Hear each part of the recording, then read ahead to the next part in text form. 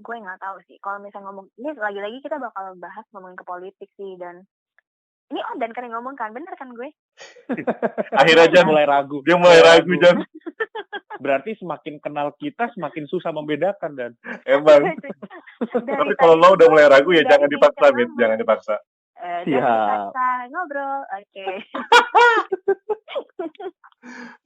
Aduh.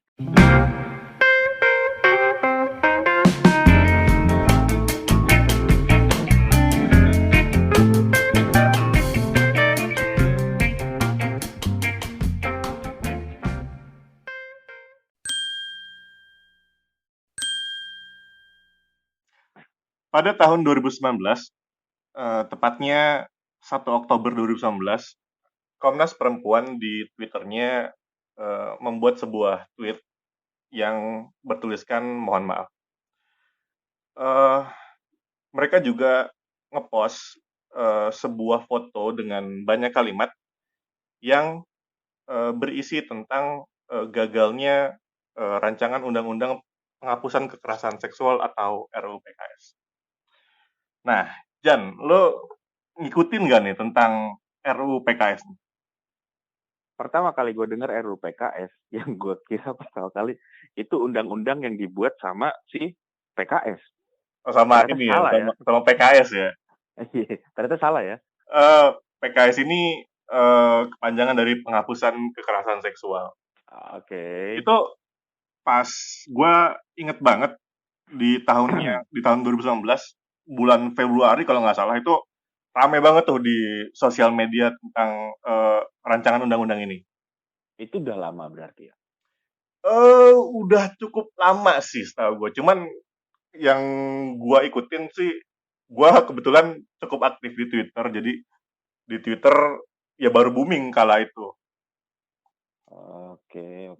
Gue sih soalnya baru denger. Kudet banget lah pokoknya lah ya. Cukup kudet ya. Gue kenapa pengen banget ngebahas ini karena rancangan undang-undang ini menurut gue penting banget sih. Karena kan dari tahun ke tahun banyak banget kasus kekerasan seksual yang di-share di sosial media. Terus ya cukup mengganggu aja gitu loh. Karena pada akhirnya korban entah itu pada akhirnya nggak bisa mengakses keadilan, lalu ya seperti itulah pokoknya. Terus malam ini kita mengundang seorang pengamat awam. Kenalin Mita. Coba saya hai dulu sama pendengar kita, Mit. Halo pendengar di udara penggemar Odan. Mantap. Kenalin diri dulu dong. Oh, gue perkenalan diri ya. Halo teman-teman, nama gue Mita.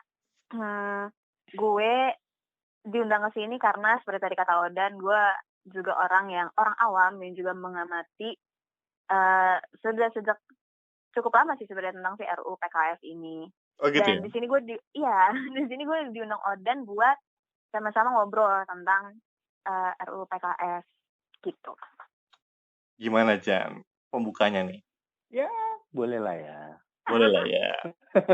Sebelum kita masuk lebih dalam ke rancangan undang-undang penghapusan kekerasan seksual ini, boleh nggak sih Mit diceritain kalau apa sih sebenarnya RUU PKS ini? Oke. Yang pertama, RUU PKS ini pastinya bukan undang-undang tentang PKS ya. Justru tapi bukan begonya ya berarti. Tapi PKS ini mungkin karena sentimen gue doang ya. PKS sebenarnya juga turut andil di sini. Oh gitu. RUU PKS ini, Duh, bye-bye ntar lo abis itu diinter lo sama buzzer-buzzer PKS, mohon maaf. Lah siap. tapi kalau gue baca di beberapa artikel, memang fraksi PKS yang salah satu yang paling bersuara untuk menolak RUU ini. Yes. Itulah makanya pas gue dengar Ojan ngomong, gue pas pertama kali dengar gue kira nih RUU tentang PKS. Waduh, pas banget gitu kan. Baik secara judulnya maupun yang menolaknya gitulah ya. Ya, makanya tentang itu. Tapi intinya sebenarnya RUU PKS ini, penghapusan kekerasan seksual, memang berangkat dari keadaan darurat di Indonesia tentang kekerasan seksual. Nah, pertama-tamanya ini tuh emang berangkat dari penelitiannya dan juga pengamatannya Komnas Perempuan. Oh, dari Penelitian Komnas dan Perempuan pengamatannya awalnya Komnas ya? Perempuan. Ya, awalnya karena mereka emang dapat data yang luar biasa banyak tentang adanya kekerasan seksual bagi perempuan dan juga anak-anak gitu. Oh, gitu ya. Jadi lo ini nggak tahu RUU PKS ini itu dari kapan? Gue Yep. dari zaman kuliah sih sebenarnya. Tahun-tahun berapa ya? Oh, lo Kayaknya tahun-tahun angkatan ini 2006. angkatan tua kedengerannya ya? Gue mau Masa ngomong tadi muda tapi gue lo berdua. nahan loh. Oh gitu. Iya, kebetulan gue lulus kuliah nggak beberapa bulan lalu atau setahun yang lalu sih. Jadi kalau misalnya itu bisa dikonsider angkatan tua, gue akan diem aja. Oke. Itu zaman gue kuliah pertama gue tahu, gue denger nang ini Oke. karena kebetulan ya gue nggak secara langsung mengulik ini di kampus, tapi kebetulan gue juga dulu anak BEM, anak sospol, tapi bukan kastrat, bukan kajian strategi. Shit. Gue tahu ini sekitar tahun 2016-an kali ya. 2016 ya. Angkatan pas gue 2 tahun kedua kuliah. Ya. Tahuan di angkatannya ya. Iya. Kalau Ojan tahu isu ini dari kapan, Jan? Aduh, nggak tahu dah. Gue kalau misalkan tahu-tahu beginian tuh biasanya seliweran doang, Dan. Kalau pas gue lagi nggak sengaja nonton TV aja, nanti kayaknya nggak sengaja ya. Ya pokoknya pas lagi ngeliat TV gitu kan. Oh, tapi lo lihat TV ada berita tentang RUU PKS ini ya, Dan? Ya, seingat gue ada kayaknya ya. Soalnya ya nggak tahu, gue kan bukan yang mengamati hal-hal seperti ini ya. Maksudnya bukan nggak mau tahu sih, tapi emang nggak tahu aja gitu. Dan gue nggak nyari tahu. Cuma kayak pernah sempat dengar gitu RUU PKS. Entah mungkin dari Instagram kali atau dari TV. Ya antara dua itulah, karena gue cuma itu doang. Terus pandangan lo, Jan, terkait adanya rancangan undang-undang penghapusan kekerasan seksual ini gimana, Jan? Pendapat lo pribadi? Pertama nih ya, gue kan nggak terlalu tahu banyak ya. Gue nggak terlalu tahu banyak. Awam banget lah perihal ini. Cuma kalau misalkan kita bicara tentang kekerasan seksual ya, itu kan udah banyak banget beritanya. Sering banget gue lihat di Instagram sih yang paling gue sering lihat ya, itu artikel-artikelnya beberapa itu tuh kayak aneh sih menurut gue tentang kekerasan seksual ini di Indonesia. Kayak, gila, gue omongnya berat banget gak sih? Kacau, ini topik berat banget, Jan. Emang kita kudu hati-hati ngomong yang malam ini. Iya, gue dari tadi gue ngobrol sambil kayak ngeliat ke atas gitu loh, gue sok-sok serius gimana gitu loh. Ya udahlah. Coba Jan, ngaca Jan, coba gue sampai tiduran juga dah. Siapa tahu gue bisa lebih santai. Coba ini harus relax ya, harus relax. Oke. Relax. Balik lagi. Agak banyak yang kalau sedengernya gue ya, kan gue nggak terlalu tahu banyak kasusnya. Cuma banyak kasus yang kayak pemerkosaan, misalkan yang memperkosa itu malah nggak diapa-apain gitu, maksudnya nggak terjerat hukum, bebas, cuma suruh minta maaf atau apa. Sedangkan yang diperkosa kebanyakan juga wanita ya akhirnya mereka depresi, stres atau apalah gitu, akhirnya muncul gerakan-gerakan pembelaan atau apa gitu, tapi akhirnya ya ujung-ujungnya kayak nggak digubris gitu nggak sih? Kurang lebih begitu. Cuman kalau gue boleh tanya Mita, sebenarnya yang melatar belakangi RUU PKS ini apa sih, Mit? Ya latar belakangnya ya bisa jadi sih, gue sebagai orang yang bukan yang mencemangkan si RUU ini, pasti gue juga sebenarnya sama di posisi kalian, menerka-nerka. Tapi menurut gue fakta yang diungkapkan oleh Ojan ya emang benar. Dan itu biasanya kejadian karena emang pembuktiannya tuh susah. Maksudnya kenapa pelaku bisa dengan gampangnya bebas dan kenapa korban bisa sulit untuk ngelaporin kekerasan seksual yang terjadi sama dia.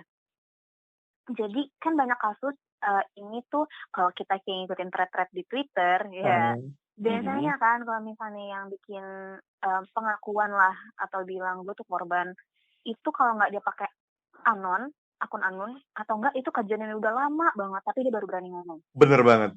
Ya kan? Nah itu karena pertama susah banget buat ngebuktiin kalau misalnya kekerasan seksual tuh benar-benar terjadi sama mereka.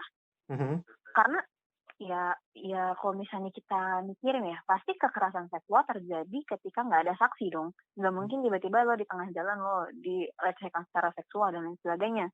Betul. Terus kenapa juga korban-korban ini susah untuk melaporkan? Yaitu karena ya stigma-stigma yang ada di masyarakat juga, benar kayak kata Ojan tadi. Semuanya seakan-akan disorot kepada korban. Lalu stigma-stigma negatif, pandangan-pandangan seperti wah lo udah nggak ada nilainya atau lo sih nggak bisa jaga diri, itu semuanya melekat di korban semata-mata, ya nggak sih? Apa gue doang yang terlalu sentimen nih? Tapi kalau gue bilang Kebanyakan kayak gitu, kayak orang males untuk ngungkapin karena aduh tapi nanti gue ketahuan dong gue udah dilecehkan dan lain sebagainya. Jadi betul. dan susah juga buat buktiinnya, gue harus buktinya gimana, gue nggak punya rekaman, siapa yang kepikiran buat ngerekam, atau gue nggak punya, kalau misalnya bukti teks kan kita nggak bisa menyatakan kalau itu udah terjadi kekerasan seksual toh, maksudnya secara fisik nggak bisa. Benar-benar. Kayak gitu-gitu itu sebenarnya bikin susah. Nah kalau misalnya latar belakang nih kenapa RUU PKS ini menurut gue ya dicanangkan sama awalnya sama Komnas Perempuan, ya sebenarnya lebih ke data di lapangan. Di data di lapangan tuh emang kasus kekerasan dan terutama kasus kekerasan seksual itu gede banget. Kalau misalnya gue kemarin sempat baca-baca berita sekitar tahun ini kayak data mereka tahun 2018 sih. Data tahun 2018 dari Komnas Perempuan, mereka itu bilang kalau misalnya terhadap perempuan terjadi kasus kekerasan itu sebanyak 406.178 kasus. Itu pun hanya yang hampir 500.000 juta. Itu hanya dalam 1 tahun, dan itu pun yang hanya yang dilaporkan dan juga ditangani. Kebayang dong yang sebenarnya nggak ngelapor, yang sebenarnya itu hanya sampai ke omongan tetangga doang, nggak sampai masuk ke ranah pidana dan sebagainya, itu tuh nggak dimasukin ke catatan ini. Dan itu banyak yang ini kali ya, banyak yang nggak ngebilang itu mungkin karena takut tadi kali ya. Iya, makanya kalau misalnya gue sih sering dengar gini, kasus kekerasan seksual itu kayak gunung es, kelihatan gede dari permukaan, dari atas. Tapi kalau misalnya lihat ke bawahnya lagi, di bawah permukaan air itu jauh lebih gede lagi. Itu, jadi kayak apa yang kelihatan sekarang itu sebenarnya faktanya nggak segede itu, bahkan lebih gede lagi. Itu gue sering lihat sih gambar-gambarnya di sosial media tuh gunung es. Ya. Iya, kurang lebih begitu lah ya. Gunung es gitu. Iya. Ini ada yang gue mau coba menanyakan sesuatu. Sebelumnya yang pertama adalah gue salut karena lu udah bisa nyebut udah bisa ngebedain antara Ojan dan Odan walaupun baru kenal. Soalnya di episode sebelumnya ini ya Jan ya. Kita bilang kalau suara kita tuh bakal ketuker. Ternyata Mita salah satu yang bisa ngebedain. Masalahnya teman-teman yang kenal yang deket sama kita juga ngobrol langsung aja sama kita itu masih sering ketuker ngomong Odan dan Ojan nih. Kebetulan gue niat memang dengerin prolog lo berdua. Jadi kalau prolog berdua juga udah bilang suara kalian mirip, ya gue langsung berusaha, aduh jangan sampai ketuker nih pas nanti gue beneran telepon mereka berdua. Semoga gak ketuker lah ya. Padahal kita berdua pun sudah mewajarkan kalau kau ketuker kok. Oke. Yang gue pengen tahu adalah apa sih yang membuat lu tuh jadi menarik banget gitu, menarik perhatian lu gitu tentang RUU PKS ini ketika lu pertama tahu, kan lu tadi bilang pas zaman kuliah ya, lu tahu gitu ada rancangan ini gitu, apa sih yang paling, apa yang bikin itu sangat menarik perhatian lu? Yang bikin menarik buat gue, mungkin pertama ketika pertama-tama gue masuk kuliah, gue langsung berkecimpung di lingkungan yang memang aktif di sosial politik. Walaupun gue harus disclaim dari awal ya, gue bukan orang yang teredukasi dengan sangat-sangat tentang perkembangan politik di Indonesia, tapi setidak-tidaknya gue tidak awam juga dengan pembahasan-pembahasan kayak gitu. Terus mungkin yang kedua karena gue perempuan kali ya, ini nggak bermaksud gue membeda-bedakan gender, tapi seperti yang kalian bilang di awal, mostly korbannya itu adalah perempuan. Kalau misalnya kita bahas tentang kekerasan seksual. Dan itu hal-hal yang sebenarnya mau nggak mau sangat akrab dengan tanda kutip, akrab terjadi di sekeliling gue, kayak mulai dari catcall ataupun bentuk-bentuk lo tahu yang kayak ini nggak sih, gue nggak tahu ya kalian pernah main ini atau enggak. Jadi kalau misalnya gue dulu waktu SMP main Omegle. Yo, Omegle, oke. Omegle. Gue suka main gitu ya. di McD, gue suka main tuh.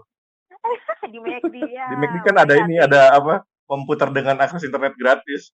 Bener banget tuh, gue nggak inget ya. KFC kali Dan. Ya, ini iklan masuk semua. Wah, lu ngajuin proposal ya biar dibayar sama KFC sama McD. Iya dong. KFC, McD, tolonglah dengarkan kami. Terus.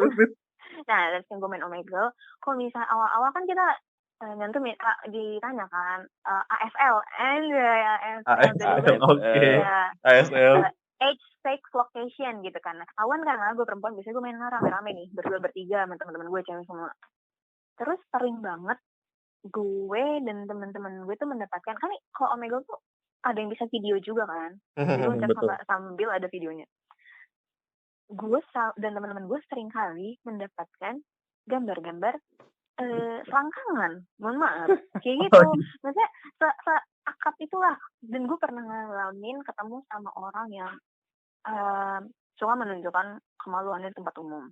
Yes. Karena mungkin kayak gitu-gitu sih, akrab bukan akrab sih, kesannya bagus ya. Maksudnya gue sering banget ketemu hal-hal yang secara seksualitas tidak menyenangkan gue gitu. Jadi ketika gue tahu gimana sih, dan gue juga merasakan gue anak hukum nih. Ya, ketahuan kan gue anak hukum. Gue anak hukum. Perlahan itu mulai memperkenalkan identitas diri gitu. Ngebuka diri sendiri akhirnya. Iya, jadi gue sih dengerin aja. Udah gue usahain gue tutupin. Jadi anak hukum, ketika gue pertama-tama belajar tentang pidana, itu kayak tahun-tahun pertama langsung perkenalan kan, belajar tentang pidana. Yang gue baca dan gue pahami adalah kalau di KUHP sendiri bahas tentang ya let's say pemerkosaan gitu-gitu, itu tuh hanya ketika terjadi penetrasi dari laki-laki ke perempuan.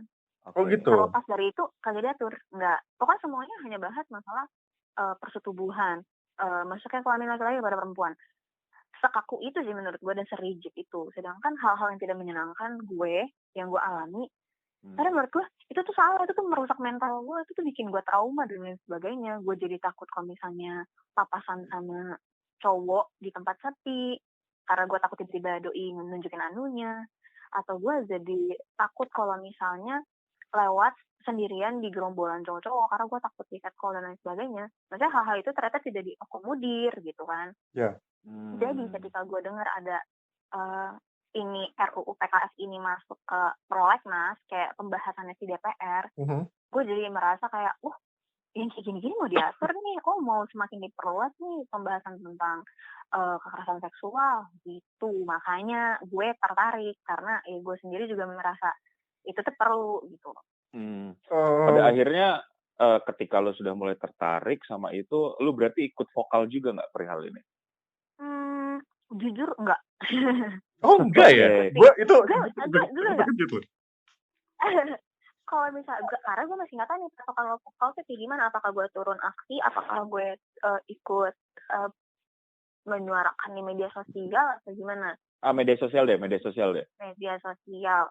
Jadi gue mulai banyak pick up di media sosial, dan gue rasa ini juga yang didengar Ojan ya. Ketika demo besar-besaran mahasiswa tahun lalu. Iya. Yang pertama itu kan mereka bahas tentang RU yang KPK, ya kan? Betul, RU KPK.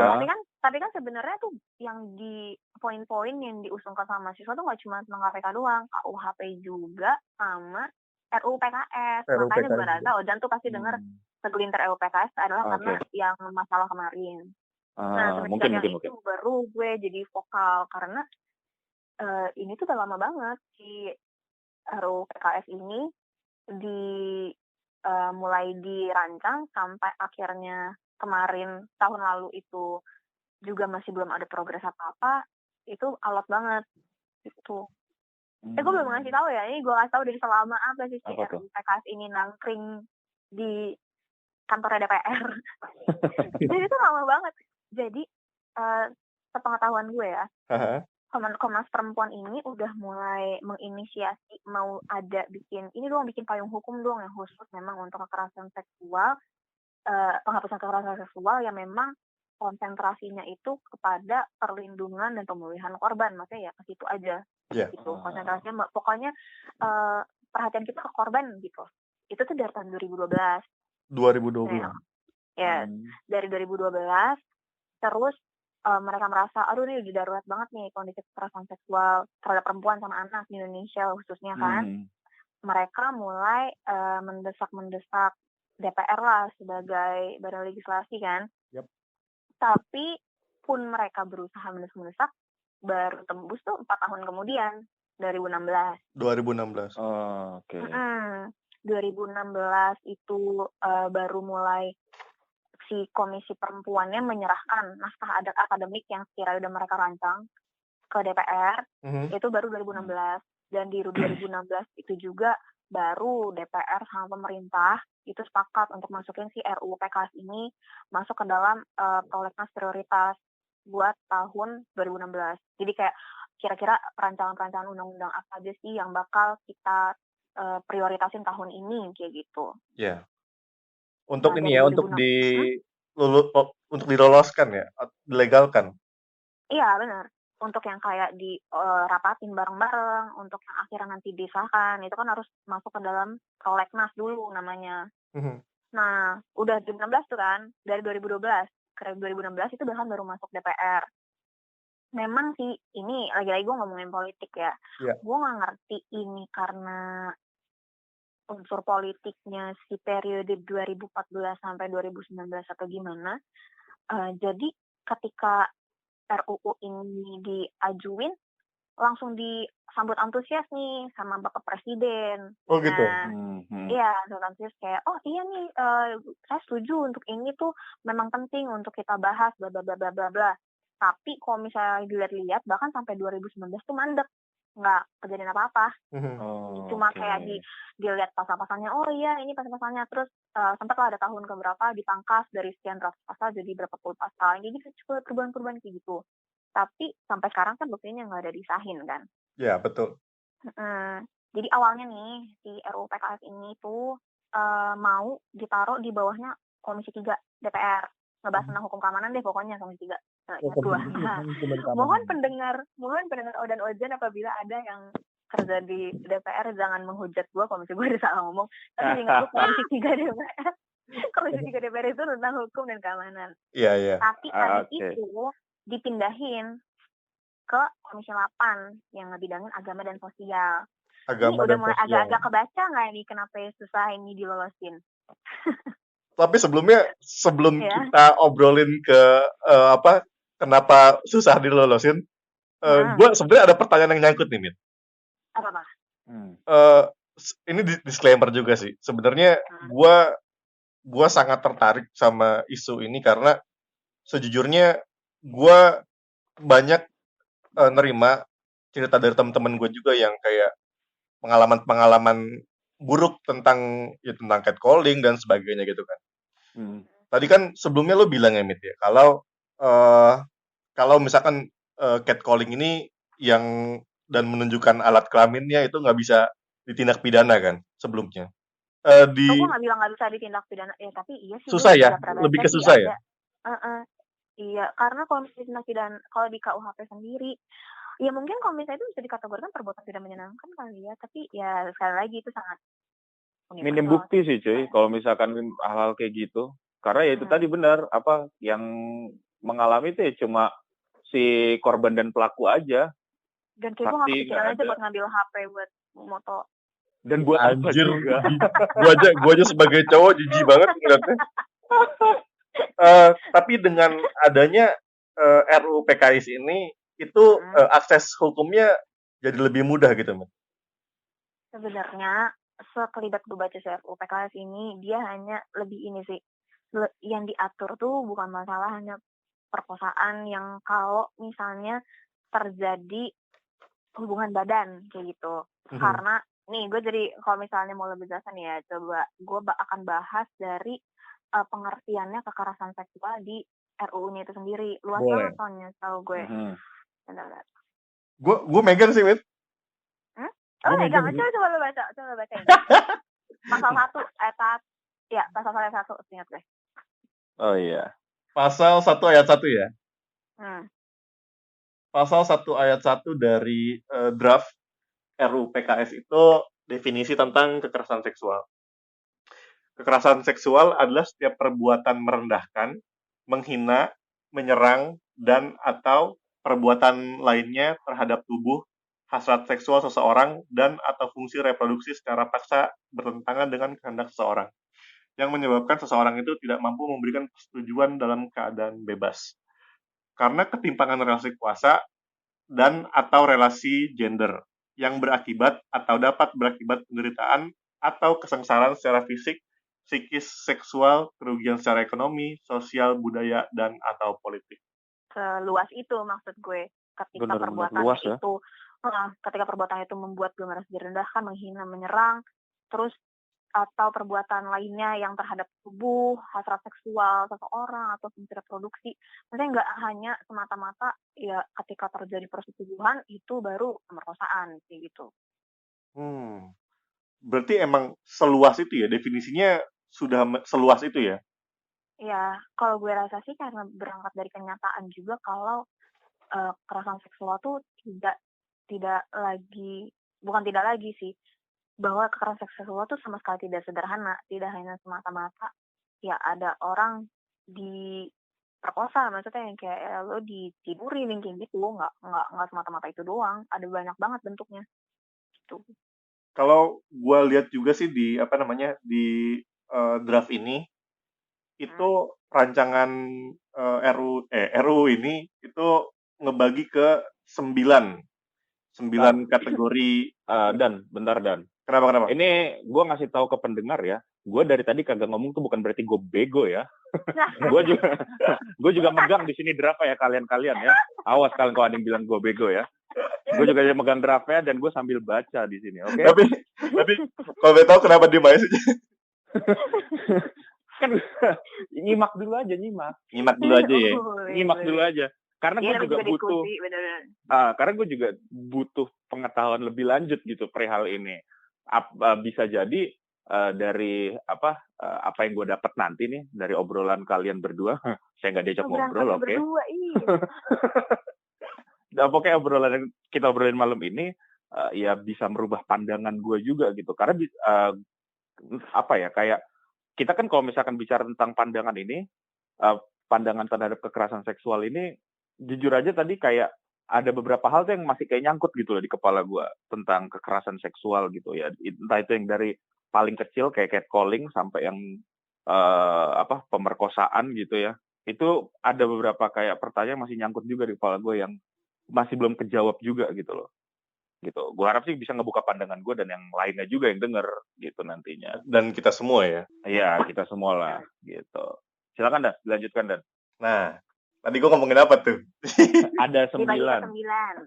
Ada di draft RUU-nya di bab 5 pasal 11 ayat 2 itu kekerasan seksual itu terdiri dari yang pertama itu pelecehan seksual, lalu eksploitasi seksual, pemaksaan kontrasepsi, pemaksaan aborsi, perkosaan, pemaksaan perkawinan, pemaksaan pelacuran, perbudakan seksual, dan atau penyiksaan seksual.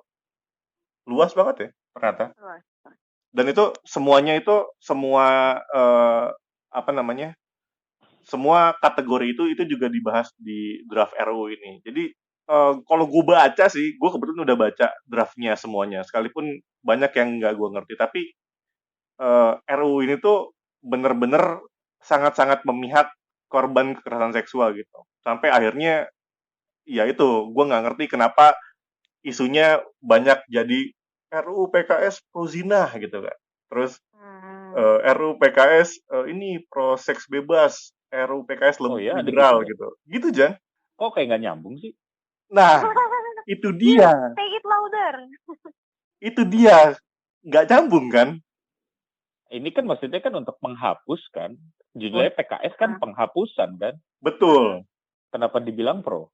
Nah, itu nanti bisa kita bahas nanti. Enggak, sekarang aja. Kenapa tuh, Mit? Kira-kira, Mit? Jadi gini. Seperti yang lo bilang tadi, nggak cuma satu kan. Tadi ada banyak hal yang menurut orang-orang, oh ini pro ini, oh ternyata RUU PKS itu gini.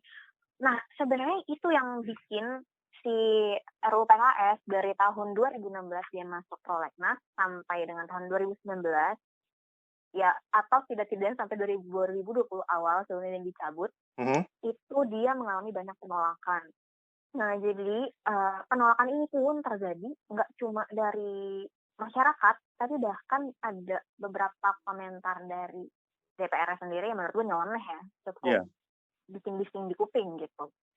Jadi waktu tahun 2018 ini, si Komisi 8 yang megang RUU PKS, dia tuh dia ngundang sejumlah elemen masyarakat buat menjaring pendapat nih. Jadi kayak gue udah punya draftnya nih, gue mau ngundang setiap beberapa elemen lapisan masyarakat untuk dengerin draft gue, terus mereka mungkin kayak kasih insight gitu, kayak gimana gitu kan. Nah, jadinya RUU PKS ini jadi maksudnya diketahui masyarakat dan lain sebagainya dong. Makanya ketika itu pun menimbulkan feedback yang nggak cuma pro tapi juga kontra. Nah, kenapa kontranya? Ternyata tuh banyak banget miskonsepsi, banyak banget salah paham yang ditangkap kayak statement di RUU PKS, terus ditangkapnya berbeda dari golongan-golongan orang yang mendengar. Kayak, kok ini pro ini. Kayak misalnya tadi kata kalian ada yang bilang melegalkan prostitusi ya. Iya, kurang lebih seperti itu. Kok prostitusi sih, kok pro ini. Kalau misalnya seingat gue, setidak-tidaknya tuh ada lebih dari 5 miskonsepsi yang ada tentang si RUU PKS ini. Banyak banget, nggak paham gue. Tapi 5 ini yang ini ya, yang nyangkut lah gitu. Paling banyak ya 6 sih kalau gue catet ya. Soalnya kan gue prepare banget nih, geng. Parah. Coba. Tahu karena gue sering banget. Kenapa? Hoax pertamanya apa? Oh, yang pertama itu adalah yang gue ingat ya. Jadi hal-hal ini yang gue ingat karena menurut gue kayak apaan dah? Kayak kenapa nyampainya ke situ dah gitu. Yang pertama adalah orang-orang tuh mikirnya RUU PKS tuh diskriminatif dan cuma ngelindungin perempuan doang. Itu salah banget ya. Gue juga salah banget sih. Kalau lo dan kenapa lo mikir itu salah? Nih Ojan udah mulai kayaknya jadi perempuan doang atau gimana nih, gue nggak paham nih gue. Iya. Kalau menurut lo kenapa Dan? Ya semua jenis kekerasan seksual yang tadi dikategorikan di draft ini, ya itu jelas nggak perempuan doang. Contohnya ya misalkan pelecehan seksual laki-laki gitu. Laki-laki kan juga bisa dilecehkan atas, ya gue nggak tahu sih, tapi maksud gue pernah loh Dan. Kenapa tuh, coba Jan? Kenapa tuh? If you don't mind. Ini and you want to share your story. Ini ya oke. Nggak masalah juga sih sebenarnya sih, nggak memalukan juga sih buat gue. Jadi itu kejadiannya pernah waktu gue SMA kalau nggak salah. Ya SMA gue lupa kelas berapa lah. Itu di mana zaman belum pakai motor lah, masih naik angkot. Gue waktu itu pernah turun di salah satu daerah di Jakarta Selatan, dari TB Simatupang lah, TB Simatupang. Sekarang sih udah nggak ada sih kayaknya tempatnya juga. Jadi itu tuh ada warung gitu cuy. Ada warung di pinggir jalan. Waktu itu gue turun di situ, abis dari tempat teman gue. Terus gue mau arah pulang nih ceritanya. Gue mau arah pulang dari TB Simatupang mau ke arah Ragunan sana. Itu tuh di pinggir jalan itu, di sepanjang jalan itu pokoknya ada salah satunya ada warung. Gue neduh di situ karena waktu kondisinya lagi hujan deras tuh.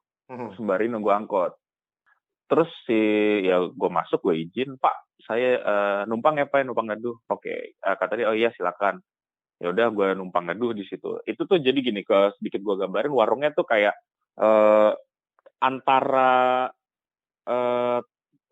lantai depannya nih, kan jadi persis pinggir jalan nih. Kalau pinggir jalan kan naik trotoar. Nah, antara trotoar sama masuk ke warungnya tuh dempet gitu loh. Jadi dari trotoar tuh langsung dipalangin sama etalasenya dia tuh. Jadi kalau gue mau neduh, etalase dia tuh harus didorong sedikit. Jadi gue baru masuk ke dalam warungnya gitu loh. Nah, itu gue berdiri di situ akhirnya karena sembari nunggu angkot. Karena hujan deras juga. Nah, si orangnya ini, laki-laki, dia mondar-mandir tuh. Gue nggak ngerti dia ngapain. Dia mondar-mandir depan gue beberapa kali gitu, kayak ngambil pel terus ngambil ember, gue nggak tahu, kayak bayangan gue waktu itu dia mungkin ngepel ini kali ya, ngepel lantai depan warungnya tuh karena kan hujan tuh. Ngepel trotoar. Nah itu dia, makanya gue Udah ngepel, hujan, kerjanya gue nggak gitu. mikir apa-apa. Ya bener-bener kayak ya udah gitu, gue biarin aja kan. Nah dan kebetulan di situ juga di dalam warungnya cuma dia doang dan gue gitu loh. Dan karena hujan deras ya udah nggak ada orang lalu lalang juga. Di situ pas dia lewat beberapa kali depan gue, digrepe cuy gue. Oh gitu. Di bagian selangkangan gue tuh itu digrepe sama dia.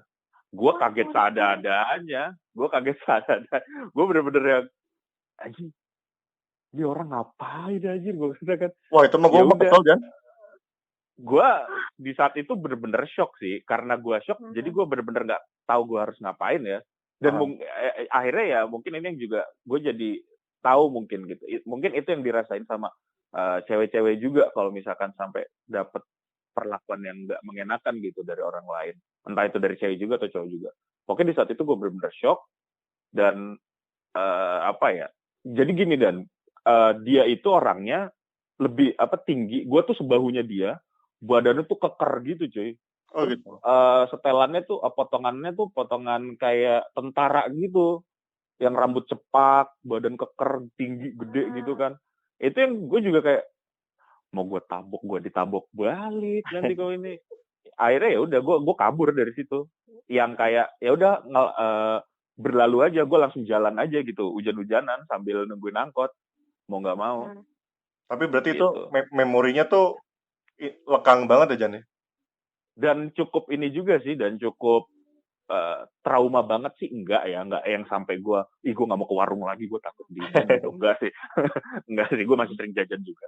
Cuman kayak jadi lebih awas aja gitu sekarang. Gue juga jadi nggak yang merasa bahwa berduaan sama cowok, apalagi asing ya, orang asing di suatu tempat itu belum tentu aman juga, gitu loh. Dari segi ini ya, segi pelecehan seksual ya, bukan maksud kalau perampokan atau apa ya itu beda hal lagi gitu. Cuma kalau dari itu menurut gue juga sekarang jadi lebih aware aja. Bisa jadi orang yang sebelah kita atau mungkin teman dekat kita bisa aja gitu loh melakukan hal seperti itu ke kita. Iya sih. Gitu. Jadi ya menurut gue RUU PKS ini ya sepertinya sih emang sih kalau dibilang buat cewek doang lucu sih. Karena kalau misalkan ada orang di luar sana yang mengalami hal kayak gue ya, dan mereka mau bersuara, mungkin waktu itu ya gue ya udahlah gitu loh, ya udahlah aja gitu kan. Kalau misalkan di luar sana ada yang mau bersuara ya kasihan dong. Kalau misalkan memang alhamdulillah mungkin ini nanti disahkan atau apa, terus yang menuntut ini adalah laki-laki ternyata nggak boleh karena ini cowok perempuan doang, aneh kan. Benar. Nanti akan muncul juga Komnas laki-laki. Itu satu hoax yang beredar di masyarakat ya, Mit ya? Ya. Padahal tadi seperti yang udah dibacain juga, pengantian kekerasan seksualnya pun nggak ada menyebutkan jenis kelamin, gender apapun kan. Maksudnya dikhususkan untuk perempuan nggak ada. Atau dia dengan secara tertulis bilang perempuan dan laki-laki pun nggak ada. Jadi memang sebenarnya ini sangat dibuka seluas-luasnya. Ini tuh justru memperluas ruang lingkup kekerasan seksual gitu loh. Karena dia memang tidak membatasi gender sama sekali. Dia buka peluang untuk laki-laki juga bisa, kayak kata Ojan tadi, ini kebuka peluang untuk laki-laki juga bisa ngelapor kalau misalnya mereka memang jadi korban kekerasan seksual gitu. Jadi kayak ya menghempaskan stigma juga kalau misalnya yang jadi korban kekerasan seksual tuh pasti perempuan. Kayak itu enggak banget. Gua sepakat sih, enggak banget. Karena saya buktinya yang sudah dibangun. dia diperkuat bukti. Gue kenal tapi kayak ya benar kayak gitu. Nggak, tapi kalau pembawaannya Ojan tuh bikin ya, tapi senang sih gue, lo nggak trauma Jan. Ya karena gue orangnya bodo amatan juga sih sebenarnya. Kagak, tapi itu hujan-hujanan nunggu angkot hujan-hujanan keder juga itu. Keder lah. Ini sampai yang dengerin juga mikir gue menikmati hal itu, kurang ajar kalian semua ya. Wah itu kurang ajar. Yang nggak percaya ada loh pemikiran kayak gitu. Oh gitu. Gue pernah. Apalagi untuk perempuan ya. Jadi gini nih, gue waktu masih zaman Line, ketahuan kan gue udah zamannya bukan Line lagi, masih zaman Line. Lagi-lagi ngebuka, sedikit ngebuka ini. Membuka umur kalau ini. Lanjut. waktu masih waktu masih zaman Line, kan suka ada berita-berita tuh di Line Today. Jadi ini gue lupa berita ini datang dari luar negeri atau dalam negeri. Jadi ada satu pria yang dia diculik, disekap oleh 3 orang perempuan dan diperkosa secara bergiliran.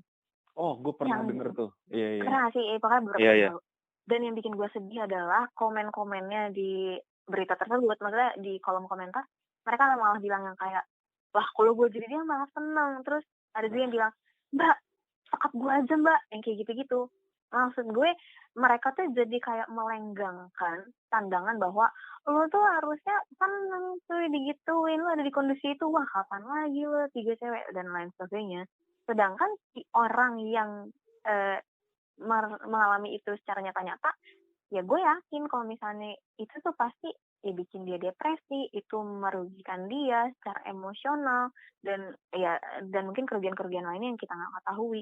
Tapi orang-orang di luar sana malah bilang, ih lo tuh harusnya, parah banget sih, kalau gue malah mau jadi lo yang kayak gitu loh. Ada stigma-stigma kayak gitu. Banyak sih. Gila sih. Gue juga kalau ngeliat di sosial media ya komennya juga gitu-gitu, enteng-enteng banget mulutnya gitu.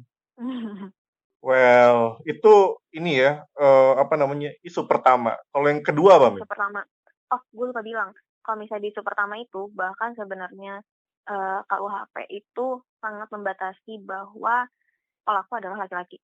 Jadi kayak bunyinya gini, dihukum selama bla bla bla bla bla apabila laki-laki yang sudah beristri berbuat zina, bla bla bla. Itu kan berarti laki-laki perempuan yang ininya kan, yang pelakunya. Ada dibilang juga dihukum selama dengan hukuman bla bla bla bla apabila laki-laki melakukan sekian kepada wanita, yang kayak gitu. Laki-laki banget ya? Laki-laki emang. Kalau di KUHP itu. Jadi sebenarnya si RUU PKS ini menurut gue malah jadi kayak memberikan jawaban bagi semua keresahan masyarakat kalau sekarang laki-laki juga bisa melaporkan, maksudnya memang dikasih wadah secara jelas kalau misalnya korban tuh nggak harus perempuan gitu. Itu sih yang pertama. Stigma yang beredar ya. Ya coba yang kedua. Yang kedua itu ya masalah zina atau seks bebas, seakan-akan si RUU PKS ini kayak membolehkan terjadi zina ataupun seks bebas di luar sana. Itu sebenarnya gue nggak ngerti sih kenapa bisa beredar kayak gitu. Emang falasi berpikirnya menurut gue parah sih, si orang-orang yang kontra ini, karena mereka mikir gini, RUU PKS ini mereka membawa konsep baru, yaitu adanya persetujuan atau konsen. Pernah dengar nggak? Adanya persetujuan atau konsen. Jadi menurut mereka kalau misalnya kekerasan seksual itu harus dilihat dari ya kalau itu terjadi ada konsen atau enggak dari kedua belah pihak, ada persetujuan dari kedua belah pihak. Persetujuan, oke. Jadi misalnya terjadi aktivitas seksual tapi sebenarnya salah satu pihak, entah yang pihak perempuan ataupun pihak yang laki-laki, itu tuh enggak, dia melakukan itu enggak karena konsennya dia loh, tapi karena ada hal-hal lain, entah itu paksaan secara fisik atau mungkin itu karena relasi kuasa. Nih relasi kuasa tuh misalnya ada atasan yang melakukan kekerasan seksual kepada bawahannya. Bawahannya ini mungkin tidak melakukan bentuk-bentuk penolakan secara fisik, tapi lebih mikir kayak, aduh dia atasan gue, aduh kalau misalnya gue teriak juga gak bakal ada yang dengar, aduh karir gue hancur nih kalau misalnya gue melakukan penolakan sedikit pun. Maksudnya ada banyak-banyak pertimbangan-pertimbangan yang sangat menekan dia secara kuasa, kayak gitu. Contoh relasi kuasa itu juga diakomodir di RUU ini gitu. Jadi mungkin orang-orang yang bilang kayak oh ini pro zina gitu atau oh ini buat perempuan doang, mungkin mereka nggak baca draftnya kali ya. Bisa jadi karena udah keburu kemakan isu terus langsung denger yang kayak oh ternyata gitu ya, ternyata PKS bahas tentang itu ya, lalu menyebar kemana-mana tanpa mereka baca sendiri. Bisa jadi kayak gitu. Yang menarik lagi adalah tadi kan Ojan di awal bilang nih kalau dan gue kira apa namanya RUU PKS RUU tentang partai PKS. Nah terus lo juga bilang tadi kayak iya nih perwakilan ada PKS juga yang menolak, ya salah satu yang menolak RUU ini itu Hmm. Apa, Mit? Menolak apanya dia? Oh, kalau misalnya yang salah satu orang dari fraksi PKS ini ya, dia itu pernah ngasih statement kayak gini. Dia mempertanyakan kenapa pidana terhadap kekerasan seksual tuh ada bentuknya dalam bentuk perkosaan dalam perkawinan, marital rape. Itu yang juga nanti akan gue bilang kalau ada miskonsepsi di sini. Dibilangnya RUU PKS ini tuh malah akan membuat fungsi keluarga tuh jadi kayak bergeser dan berpotensi memperbesar konflik rumah tangga. Jauh ya dia bayangannya ya. Ini karena sebenarnya RUU PKS ngebahas tentang masih memasukkan konsep marital rape. Jadi kalau perkosaan itu bisa terjadi di dalam hubungan perkawinan sekalipun. Baru nggak sih nih buat kalian, maksudnya kayak marital rape apaan tuh gitu-gitu? Gue pernah dengar. Emang udah pernah dengar dan melihat contoh, maksudnya tahu contoh kasusnya? Kalau contohnya sih gue nggak begitu kebayang, tapi kalau pernah denger, pernah ya Jan ya? Gue pernah denger. Kalau contoh kasus gue nggak pernah, maksudnya ini ya, gue cuma baca di apa ya, macam-macam thread gitulah yang gue baca sih. Ya kayak waktu itu yang pernah gue baca itu kalau nggak salah seorang istri, dia itu merasa apa kalau suaminya ini tuh kayak terlalu minta mulu gitu loh, minta mulu tapi itu nggak mikirin istrinya. Iya. Jadi kadang sorry gitu ketika dia lagi haid dia tetap minta gitu loh. Nah dan orang-orang kalau gue baca komen-komennya dari tweet itu, orang-orang tuh kayak menganggapnya ya itu pemerkosaan dalam pernikahan gitu. Gimana, Mit? Nah, kalau misalnya si salah satu fraksi PKS ini, yang namanya adalah Bapak Iqbal Romzi. Ya, gue tahu itu dari berita, jadi gue nggak akan ragu nyebutin di sini kayak, iya, Bang. udah keburu di-announce kemana-mana nama Bapak, ya udah saya announce lagi aja. Salam kenal ya Pak ya. Salam kenal ya Pak ya. Jadi menurut dia tuh kayak, kenapa ada pidana terhadap kekerasan seksual berupa perkosaan dalam perkawinan? Dia tuh ngaitin sama, ini gue tidak bermaksud menyinggung pihak manapun ya, tapi ini memang dia berkata seperti ini. Dia mengaitkan dengan dalil agama bahwa istri itu wajib melayani suami. Ya. You know, karena maksudnya gue juga nggak paham dengan seluk-beluk yang dia statement gitu, jadi gue nggak akan berkomentar masalah itu.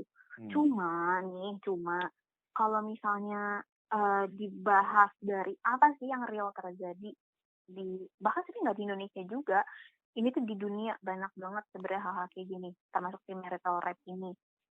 Tapi maksudnya bagaimana kejadiannya di negara kita itu tuh, kalau misalnya nih ya, gue bacain survei lagi nih dari Badan Pusat Statistik dari BPS tahun 2016, survei pengalaman hidup perempuan nasional. Itu risetnya bareng-bareng dengan Kementerian Pemberdayaan Perempuan dan Perlindungan Anak, juga sama United Nations Population Fund.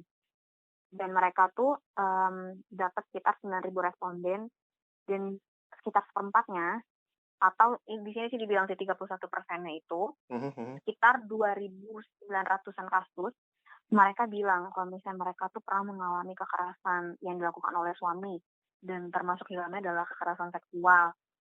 Jadi ya seperti apa yang tadi Ozan bilang, yang pernah dia baca, ya contoh-contohnya kayak kalau misalnya ada suami yang memaksakan untuk berhubungan seksual dengan istrinya, tapi istrinya merasa tidak siap, tidak dalam keadaan yang sehat, dan memang ya sesimpel tidak ada konsen seperti yang tadi kita bahas, kayak gitu.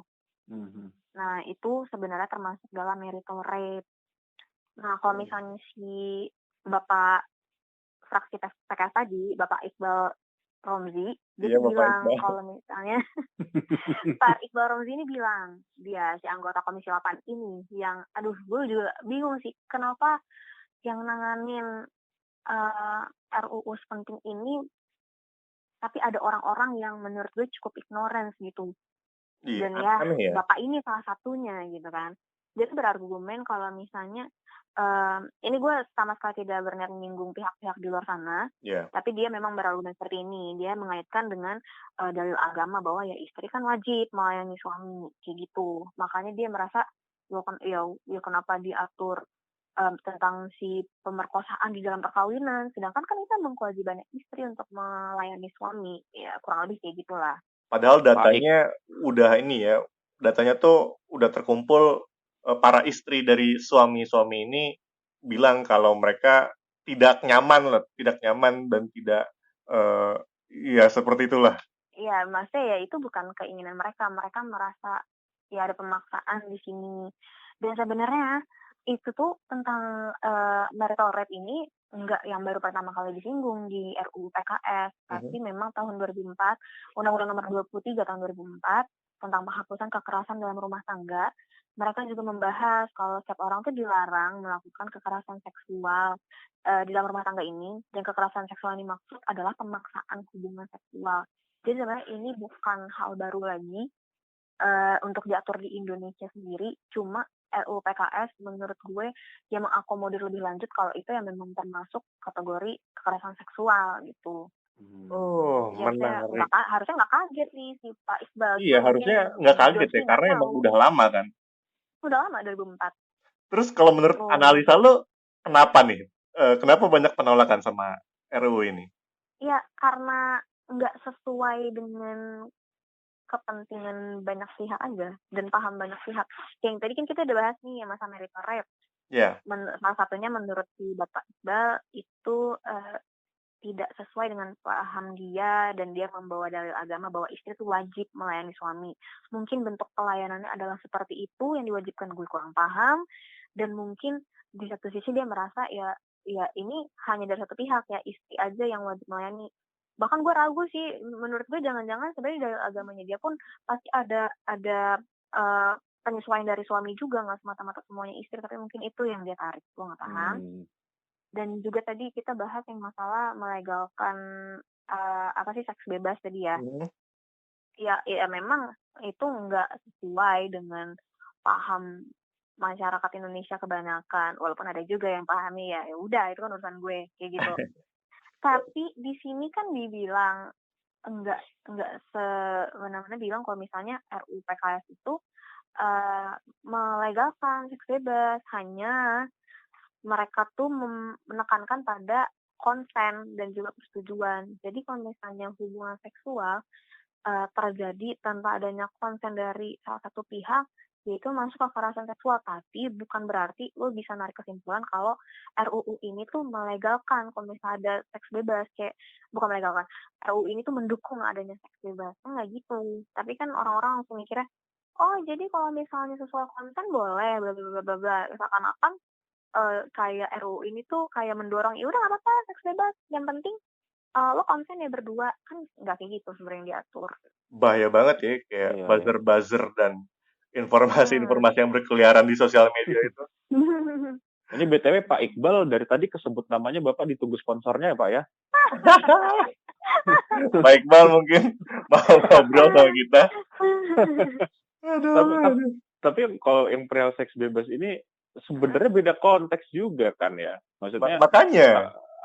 Nggak nyambung sama sekali. Gue yang baru baca aja nih, yang baru dengerin kalian ngomong aja, gue bisa ngambil kesimpulan bahwa itu beda konteks gitu loh antara seks bebas dengan RUU PKS ini gitu. Kalau misalkan kita bicara tentang persetujuan antara dua belah pihak yang akan melakukan, ya maksudnya ya itu udah masuknya ke urusan pribadi gitu. Itu udah bukan urusannya bukan suatu hal yang harus gimana, maksud gue bukan suatu hal yang harus ditindak secara hukum oleh pemerintah. Karena kan maksudnya kita hidup di sini kan nggak cuma sekedar aturan undang-undang doang, ada yang namanya norma juga kan, ada aturan adat, kita juga punya aturan di masyarakat gitu.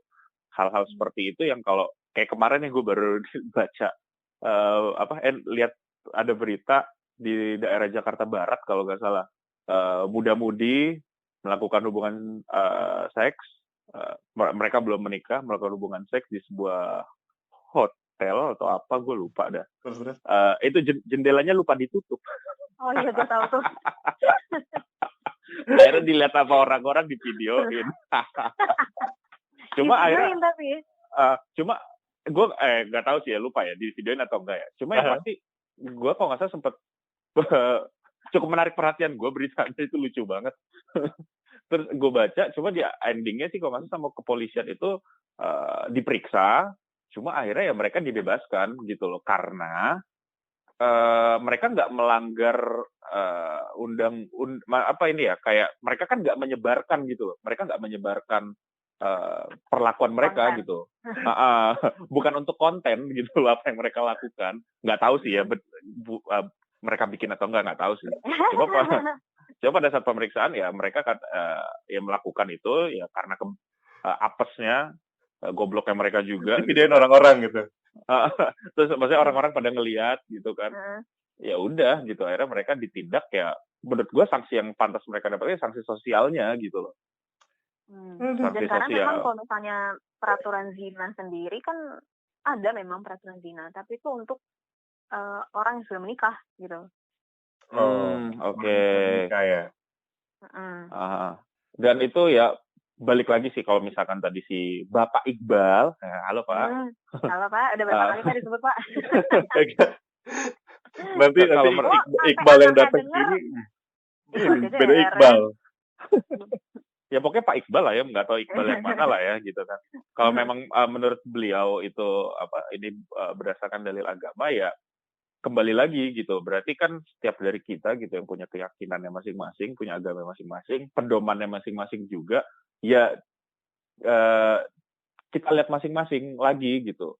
Karena menurut gue ya hal seperti seks bebas sendiri kan itu kan hal yang nggak sehat juga gitu, hal yang nggak sehat juga gitu kan, buruk juga efeknya bagi yang melakukannya juga, entah secara mental ataupun fisik.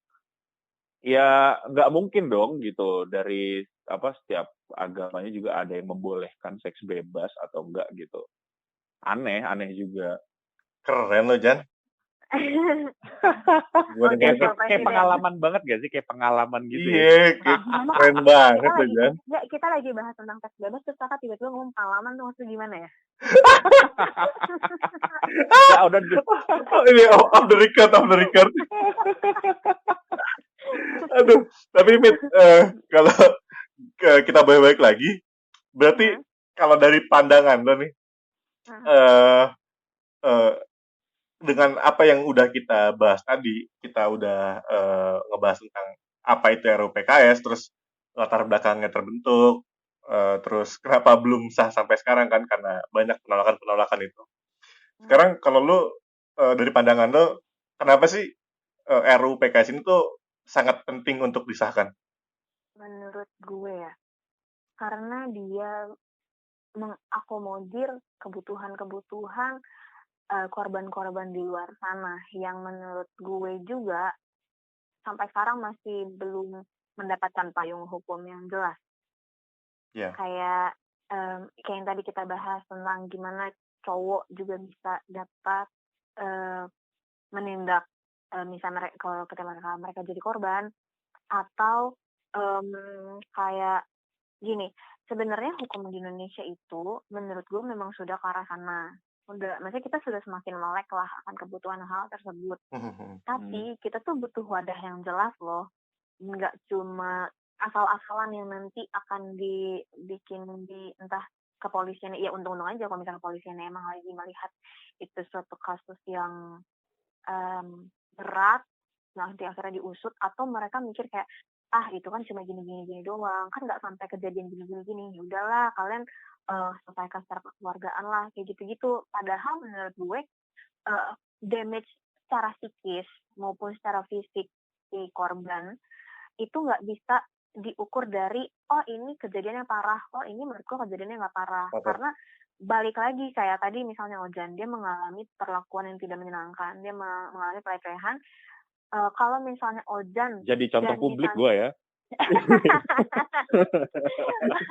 Bagus Jan, jadi kebayang gitu loh, jadi ada gambaran gitu kita. Ya lanjut. Itu bukan salah lo, itu yang harus kita tanamin ke setiap korban. Itu bukan salah lo dan harusnya malu bukan lo gitu. Nah misalnya itu kejadian di Ojan, akan beda damage-nya mungkin kalau itu kejadian di gue. Benar. Atau mungkin damage-nya akan beda kalau misalnya itu kejadian di Odan. Benar. Cara orang menyikapi kan akan beda-beda. Benar. Gak bisa loh kita kalau kokur cuma kayak itu kan nggak sampai penetrasi, udah lah nggak usah dianggap gini. Karena sejauh ini kan yang misalnya di KUHP diakomodir kan masalahnya seperti itu kan, sampai ada penetrasi dan lain sebagainya. Ya menurut gue untuk hal-hal Iya, karena kan Komnas Perempuan juga berangkat dari fakta kan, berangkat dari Betul. data. Data. Dan juga dampak-dampaknya itu banyak banget. Entah itu ke psikisnya, entah itu jadi kesehatan mental seseorang. Ya, itu kan hal-hal yang juga harus diperhatikan oleh pemerintah toh. Ya. Jadi menurut gue emang ini harus disahkan sih kalau kita mau lebih dalam lagi mengobati kekerasan seksual yang ada di Indonesia. Itu menghilangkan lah. Agar semua orang tuh bisa mempunyai akses yang lebih mudah ya buat mengakses keadilan. Ya, benar. Well, tapi sekarang update-nya udah sampai mana nih RUU PKS? Kalau nggak salah di tahun 2019 itu gagal lolos ya? Jadi gini, dia masuk jadi yang terakhir gue ketahui adalah yang ini juga sempat booming karena komentar nyeleneh dari si anggota DPR-nya lagi. Oh, siapa kali ini, Mit? Pokoknya ada lah di Komisi 8 itu lagi, dia ada bikin statement lagi. Dia karena ini bukan statement pribadinya dia ya. Oh gitu. Ini adalah hasil dari mereka bersama-sama. Oh. Tapi mungkin ini ya cara dia menjelaskan kalimatnya agak nyeleneh. Dia bilang kan yang untuk Prolegnas 2020 ini tuh akan dicabut karena agak sulit. Tahu nggak sih lo pembahasan ini yang dibilang agak sulit ya pembahasan RUU PKS. Jadi akan dicabut dari Prolegnas 2020. Itu bapak-bapak bukan sih yang bilang? Bapak-bapak ya. Dia bilang ya. Jadi kepo nih gue pengen cari namanya nih biar juga Iqbal. Ini ngeri. Iya dia bilang pembahasannya agak sulit. Kayak agak sulit. Biar sponsor kita banyak nih Dan sebut aja nggak apa-apa. Kita shout out tuh. Kita shout out. Ini udah dari tahun berapa gitu kan kotak ada waktu dia bilang agak sulit gitu. Oh nih nemu nih gue namanya nih. Siapa? Namanya adalah dia tuh posisinya wakil ketua lagi. Wakil ketua Komisi 8 namanya Bapak Marwan Dasopang. Pak Marwan, halo Pak Marwan. Halo Pak Marwan yang ada di rumah atau ada di kantor. Lu semua perhatiin deh keluar kamar deh, udah mulai ada tukang bakso nggak? Serem juga. Gitu cara agak mengkritisi pemerintahan. Bapak Marwan ini dia bilang kalau misalnya, ini gue quote langsung ya. Boleh. Statementnya dia di satu berita. RUU penghapusan kekerasan seksual karena pembahasannya agak sulit, kami menarik dan sekaligus kami mengusulkan ada yang baru, yaitu RUU tentang kesejahteraan lanjut usia. Gue gak ngerti tuh maksudnya kesejahteraan lanjut usia, mungkin dia merasa kayak gue one day butuh ini gimana gitu. Gak paham gue.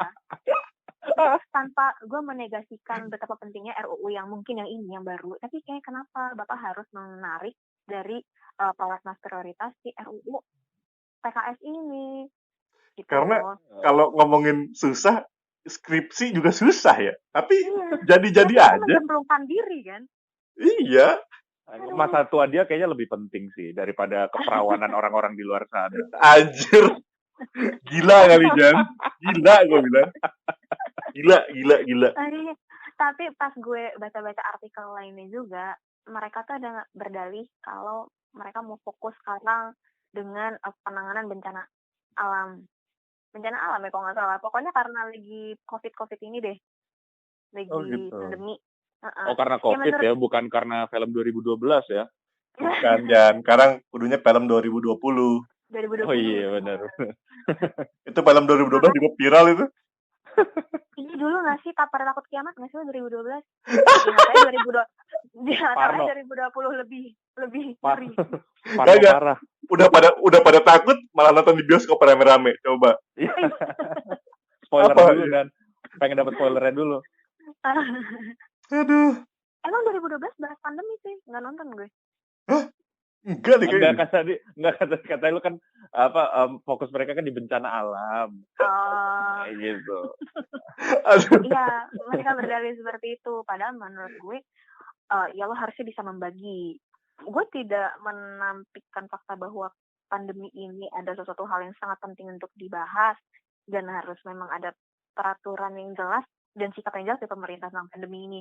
Tapi nggak serta-merta bikin lo jadi mengesampingkan atau mungkin kayak malah ngebelakangin kayak RUU PKS ini, karena ini juga nggak kalah penting loh. penting kenapa banget. jadi harus ada yang Penting banget. dikorbankan gitu ketika dua-duanya harusnya bisa dijalankan bersama-sama. Kayak Iya. habis ngelihat datanya, habis mendengar data-datanya yang dirilis sama Komnas Perempuan itu, gue pribadi sih ya ada perasaan kayak sakit gitu gak sih, kayak ngilu gitu. Banget sih. Kayak gue sih pribadi gue pengen RU ini segera disahkan karena gue nggak pengen lingkungan gue amit-amit kena kasus terus nggak bisa akses keadilannya. Ya, Karena betul. ya itu. Jadi tapi amit-amit semoga juga semuanya jadi melek ya. Melek sama isu kekerasan seksual yang ada di lingkungan kita. Ya. Makanya sebenarnya gue tuh seneng banget sih waktu pertama-tama kalian nge-propose kayak bakal ngangkat isu ini karena mengetahui mungkin lingkungan kalian juga bukan lingkungan orang-orang yang hukum atau aktivis dalam kekerasan seksual yang kelilingnya maksudnya orang-orang kayak gitu. Jadi kayak ini wadah banget sih buat membumikan isu untuk orang-orang yang mungkin belum familiar dengan RUU PKS ini. Salah satunya saya itu. Nggak, padahal kita gue deg-degan banget ini, sumpah bahas kayak gini. Menurut lo gue enggak. Tapi ya itu, semoga beban sih. Apa? Beban karena gue membawa gini. Gue takut gue membungkus ini dengan salah. Maksudnya ada aspek-aspek lainnya yang harus gue bawa tapi kurang bersuarakan. Karena ini kan sesuatu yang memprihatinkan menurut gue kan. Sangat. Bukan kecuali lu nge-propose gue kayak gini, Mit, lu bahas tentang ini dong di podcast kita tentang apa kayak K-pop lagi booming atau apa. Nah, itu bisa kita bahas di episode selanjutnya. Oh, boleh. Kalau gue salah-salah ucap kan, selain keadilan orang lain dan juga pembumian isunya gagal, gue juga takut diburu massa gitu, lu tahu. Oh, jelas. Gimana? Tapi ya itu kita coba membungkus ini dengan editing, cut dan sebagainya supaya bisa didengar oleh semuanya. Tapi jadi intinya kesimpulannya perjalanannya masih jauh ya, Mit ya kayaknya. Apanya? Perjalanan dari RUU PKS ini masih jauh ya? Gue nggak tahu sih. Kalau misalnya ngomong, ini lagi-lagi kita bakal bahas ngomongin ke politik sih, dan ini Odan kan yang ngomong kan, bener kan gue? Akhirnya Jan mulai ragu. Dia mulai ragu Jan. Berarti semakin kenal kita semakin susah membedakan dan. Emang. Tapi kalau lo udah mulai ragu ya jangan dipaksa, Mit. Jangan dipaksa. Jangan dipaksa ngobrol, oke. Aduh. Jadi kalau misalnya nanya nih masih jauh apa enggak, menurutku ini balik lagi ke, karena kan DPR akan berganti ya. Sudah 5 tahun. Nah, udah kan. Ini kan inian yang baru kan nih. Dari 2014 ke 2019 ini mereka nangkring nih si RUU PKS karena menurut gue di masa-masa periode yang lalu Bapak Jokowi itu mau bahas tentang HAM, maksudnya isu-isu yang seperti ini tuh dia usungkan dan masuk ke dalam janji-janji politiknya dia. Janji-janji manis ya? Mana janji manis? Aduh, bye-bye di take down Kak, episode yang ini. Aman, tenang. Aman, tenang. Aman ya. Udah pada tahu orang dalam kan? Bisa kan? Oke. Gue udah ngeliat ke jendela belum ada tukang bakso sih. Kenapa? Gue udah ngeliat ke jendela belum ada tukang bakso. Oh gitu. Tukang nasi goreng ada nggak? Goreng. Wow. Ngeri gue sekarang jadi mau ke tukang nasi goreng kan. Lo belum makan ya? Tapi gue baca berita nih. Orang DPR sendiri pun bilang ini kemungkinan akan kita bahas di prolegnas selanjutnya 2021. Tapi ya begitulah ya, gue sih nggak akan pernah percaya benar-benar omongan pemerintah nih. Jadi ya lihat nanti aja.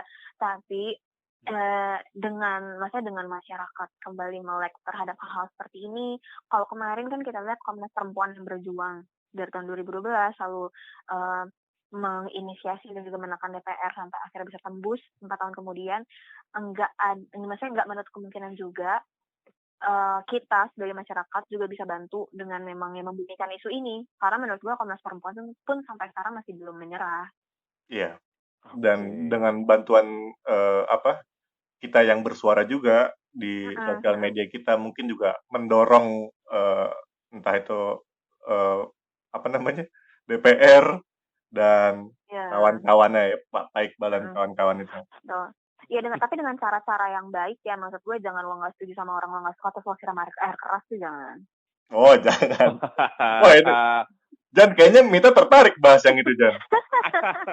Next episode, langsung kita booking. Wadidaw. Aduh. Oke, Jan, mungkin terakhir ada tambahan dari lu, Jan?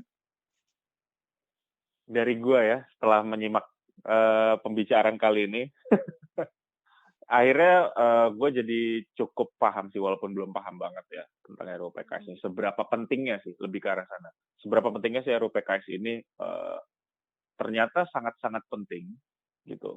Dan sangat mengecewakan banget sih kalau misalkan ternyata ini nggak masuk prolegnas ya. Prolegnas. Ya pokoknya nggak sampai kebahas lagi lah. Itu sangat disayangkan banget karena berdasarkan yang udah kalian dengar semua juga gitu. Ini gue ngomong bukan kalian berdua ya, ke yang dengerin ya, para pendengar ya.